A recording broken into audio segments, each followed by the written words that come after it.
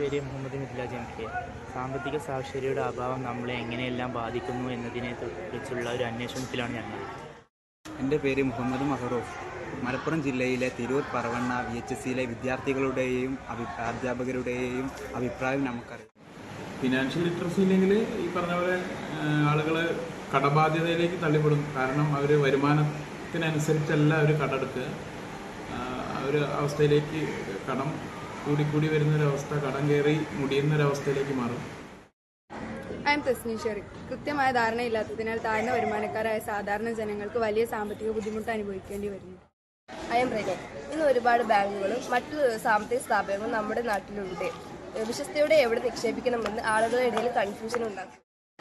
I M Sharfan Nisriya. School തലങ്ങളിൽ ഇത്തരം കാര്യങ്ങളിൽ അറിവ് നൽകാൻ സാധിച്ചാൽ യുവാക്കൾക്ക് അവരുടെ ജീവിതത്തിൽ സാമ്പത്തിക അച്ചടക്കം പാലിക്കാൻ സാധിക്കും.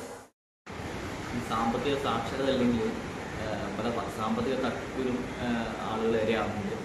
ഗ്രാമപ്രദേശങ്ങളിലൊക്കെ ഉള്ളവർ പ്രത്യേകിച്ച് ഇതിനെപ്പറ്റി അറിവില്ലാത്തതാവുന്നു. ഇപ്പം പല loan ആപ്പുകളുണ്ട്.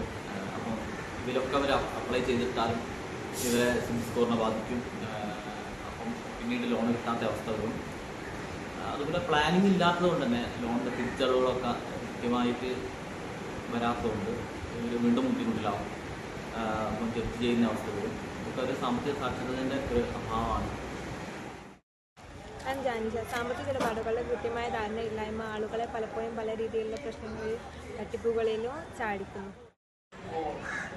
I am Hiba Sherin. എവിടെ എത്ര നിക്ഷേപിക്കണമെന്നും എവിടെ നിന്ന് വായ്പ എടുക്കണം എന്നതിനെ കുറിച്ച് ആളുകൾക്ക് കൃത്യമായി മനസ്സിലാക്കാൻ സാധിച്ചെങ്കിൽ അത് നന്നായിരിക്കും. സാമ്പത്തിക സാക്ഷരത എന്ന് സാധാരണക്കാരിൽ നമുക്ക് പലപ്പോഴും കാണാൻ കഴിയുന്നില്ല. ഒരു പ്രത്യേക സാമ്പത്തിക പ്രതിസന്ധി വരുമ്പോൾ ഇതുകൊണ്ട് തന്നെ പലപ്പോഴും അനിയന്ത്രിതമായ പലിശക്കാരുടെ ഇടയിൽ ചെന്ന് വിട്ടുപോകുന്ന ഒരു സാഹചര്യമുണ്ട്. I am Fathima Sherin. ഒട്ടനവധി ധനകാര്യ സ്ഥാപനങ്ങൾ ഉള്ളതിനാൽ നല്ലതും ചീത്തയും തിരിച്ചറിയാൻ പ്രയാസമാണ്.